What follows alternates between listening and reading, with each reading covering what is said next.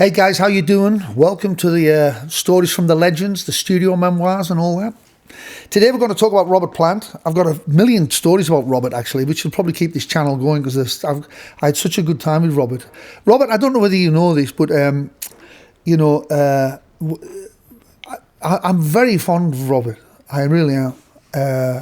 I see him, I don't see him very often now. He comes to my gigs when I come to England and stuff like that, but for the most part I don't see him anywhere near as much as I'd like to. But I am very fond of him. I think, first of all, I think he's an absolute,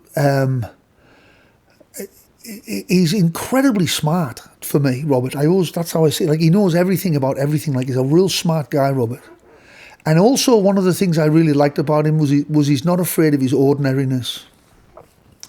You know, he doesn't mind just being ordinary. You know what I mean? Like, a lot of people, like, when they get insecure, he's probably that big that, he's that, if you hang out with Robert, like, you get off a plane in any town, in any part of the world, and it's just mobbed. It's like, how the guy does it, I don't know. It's absolutely, it's crazy, actually. Just the amount of people that, like, ask him for things. He goes and have his dinner. Can I have this? Can you sign this? Can I have a photograph? So it's pretty difficult to be Robert Plant like that. But it started out because we opened up for Robert in It Bites, opened up for Robert in England. He did a tour and we opened up, and I think they liked us. That's his, I met like Dougie and all them, like Dougie Ball and all them. Great, Dougie's an amazing player. He had a great band, but more importantly, I got along with Robert like a lot, just like personally. We used to have a laugh, like, I could make him laugh, and I think that went a long way. And so a few years later, I'm just doing my solo stuff with, I was doing the Fearless album, I think. I was just coming to the end of that, and I got a call from my manager, and he said, Frank, but Bill was like one of them old kind of like gangster types, and he managed Robert as well, so we had the same manager somehow. And Bill managed like The Who, he managed, old Pete used to let us use his studio, Pete Townsend, and we had Pete, who else did he manage? Judas Priest, like the guys from Judas Priest. He had Chesney Hawkes. I love old Chesney, whatever Chesney is. Really, really great guy. Talented guy as well, old Chesney. I like him a lot. Really sweet kid.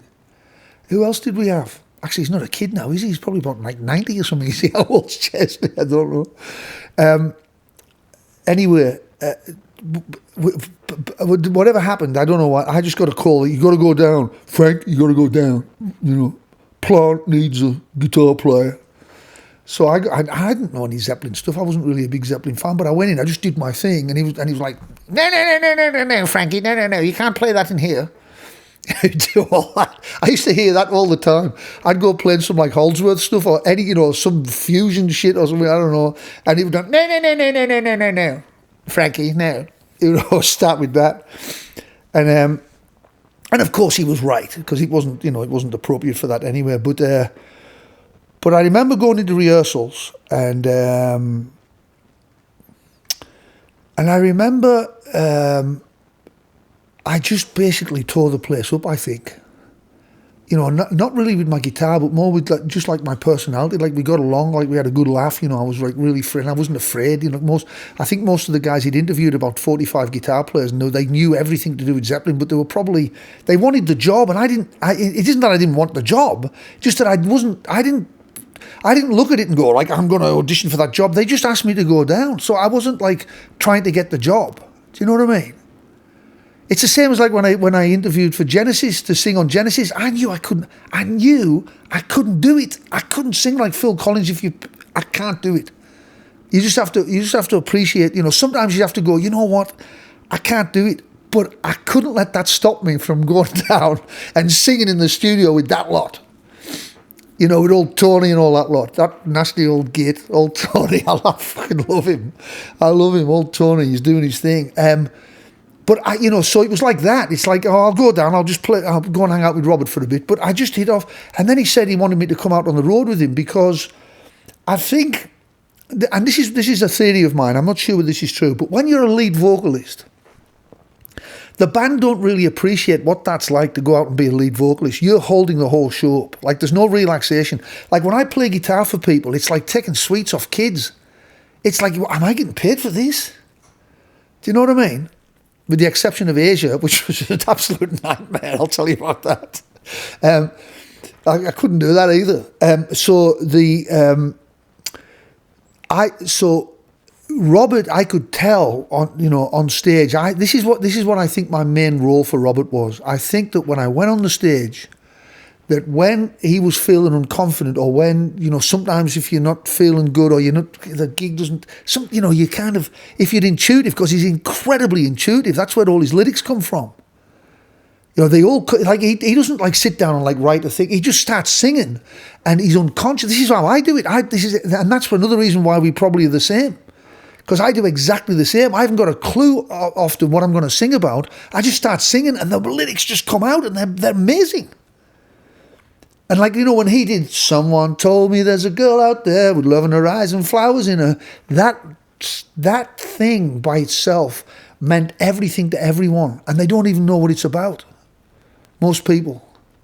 You see, there's a collective psychology. It's like an ocean. Imagine the ocean, right? And it's full of all these feelings and stuff. And then somebody is a lighthouse and starts shouting it on the outside. They start shouting the feelings that the collective are already feeling. And that's what happened with those sort of songs. Everybody was looking for that girl out there with love in her eyes. He was part of the generation, but that just come from him. He didn't sit down and go, I'm going to write a song about the generation. Pagey was probably just playing away, and Robert just sang it. And it come out of his unconscious. And I loved that. I'm in a mood for a melody, I'm in a mood. He just sang it. He wasn't thinking about what that was. He just sang it. It's just something that come out. And them type of lyrics, to have a habit of connecting with the public. I know my songs that people go, I love that song and I love that song. Most of my lyrics are just done like that. They aren't done by I'm writing down, I'm clever and I can think this. I just sing and they come out. And I sing it again and another line happens and I go, yeah, I love that. And then you get to the end of it and you see what your unconscious is trying to tell people. It's an amazing process. Well, Robert had that. And so he's a very intuitive, very intelligent, intuitive man. And he's a good laugh as well. He's hysterically funny. But I think my main role on his tours was because when things were going a bit weird, I could feel it, because I'm very intuitive myself. I could feel when he wasn't comfortable, and the first thing I would go and do, I would go and stand beside him. Because he always had Jimmy to take that pressure off him. He always had somebody to go through it with. And he needed somebody to go through it with. That was my role. It wasn't my guitar playing. I couldn't play any of that stuff any good. I was crap. Not the stuff I did on his albums, but Page is the whole thing, isn't he? I love old Page. He's got that weird kind of soft touch with that top end he's got. I love that. But Robert needed somebody to go through it with. And I think that when I stood next to him on the stage, I think that even though he didn't know I was doing it, I knew I was doing it, and I would just go, because I knew what it was like when I was going through it. When I was with It Bites or anything, I was out the front, I was by myself. And you get like that as a lead vocalist. It's a weird thing with lead vocalists, because you're a narcissist by default, right? You're a complete narcissist.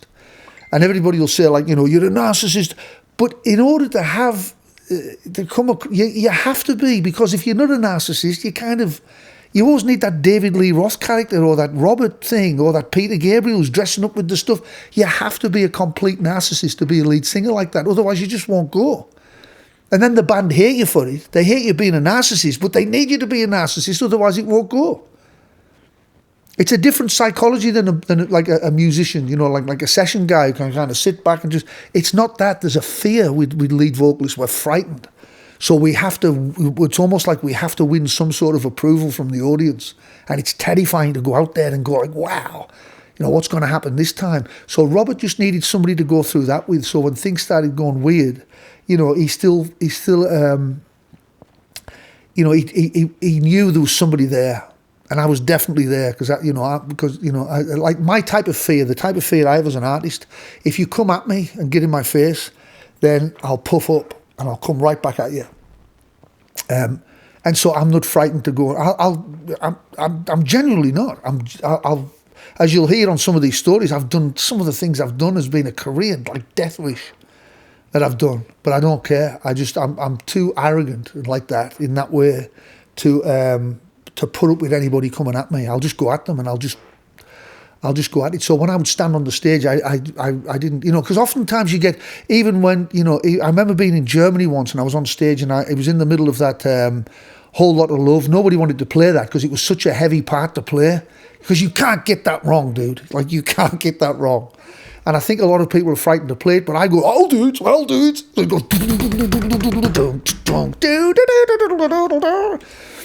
and I think one night I ruined it in Germany, I think it was in Germany. And some guy was down at the front going like, I guess in German, going like, you know, F you and all this, like, you suck, you know, all this. And I, you know, and I spent the rest of the gig looking at him going like, you know, like, I've got that going on, you know. And so that was that. So that was, I think that was my role for Robert. I got great stories about this. Some of the Robert stories on here are killer, dude. Seriously. You don't want to miss them, I'm telling you. So that was it. So that was how I got into Robert's band. You know, because I see, I've got to be careful with these things, because when you write down what I say, it looks terrible. You can't really have my personality telling you it.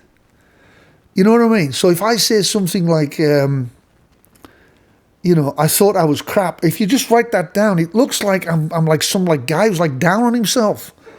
You know, so you have to be, like, a lot of the times I've seen what I've said in interviews, and it's not how I said it. I've usually got a smirk on my face at least, but it doesn't come across like that. I remember one time I said this thing with Level 42. Somebody said, they asked me to join a band with Carl Palmer and Level 42, and I said something, I was joking around, it was just a joke. I said something like, I'll be slapping my way into a coma or something like that. I was joking around. I love Mark King. It Bites adored Level 42 and Mark King. And old Carl. I love them. But I saw it in the print and I thought, oh my God, that's terrible. And I spoke to Nathan, his brother, a few years later, and he said, yeah, Mark thought you were a bit weird with that thing. And I'm like, dude, It Bites travelled from Cumbria to Norwich to see Level 42. We loved them. We played that record non-stop, that first two records they did. But when you see it in print, it's like, and I've been the recipient of some bad vibes because of that, when I've actually just been joking around. Like, if you know my personality, you hang out with me, I'm not like a mean guy or anything like that, but I'll say stuff that I just think's funny. It's almost like I've got Tourette's or something. I just can't put it down, you know. And so, you know, thankfully Robert shares that with me, and you know, so we had a good relationship because of that. But that's how I ended up in his band, and that's what I believe my role for him was, to go through that stuff with him on the nights. I wasn't really of much use until the nights when it might have been a bit more emotional, you know, because it is like that when you're a lead vocalist. You have them nights where you can't quite, there's just something not right, you know, you're just emotional or something, I don't know what it is, but there's just them nights where you can't just get in the flow of things and you're thinking all the time. Your ego, you're on there with your ego and you think instead of just letting go and letting the God thing happen, being part of the flow of it. I see soccer players do it even. You know, they can't kick the ball, like when they start to think, and then you see them just in the flow when they're with God, and they're just in the flow of nature, and they're just doing their thing, and it's effortless, and it's beautiful, and it looks poetic. You know, so it's like that as an artist too, you know, when you're on stage and you've got such, and that's a big pressure job, you know. At the time I got that job with Robert, that was the biggest guitar job in the world at that point. You know, that literally was the biggest guitar job in the world. You couldn't get a bigger guitar job than that. Playing guitar with Robert Plant back in 1990, that's a huge, huge responsibility. So that's that. Press that subscribe button, please. If you press that subscribe button, I've got plenty more stories for you. And if you don't, I'll die a loser. So press the subscribe button and I will see you on the next story. Thank you.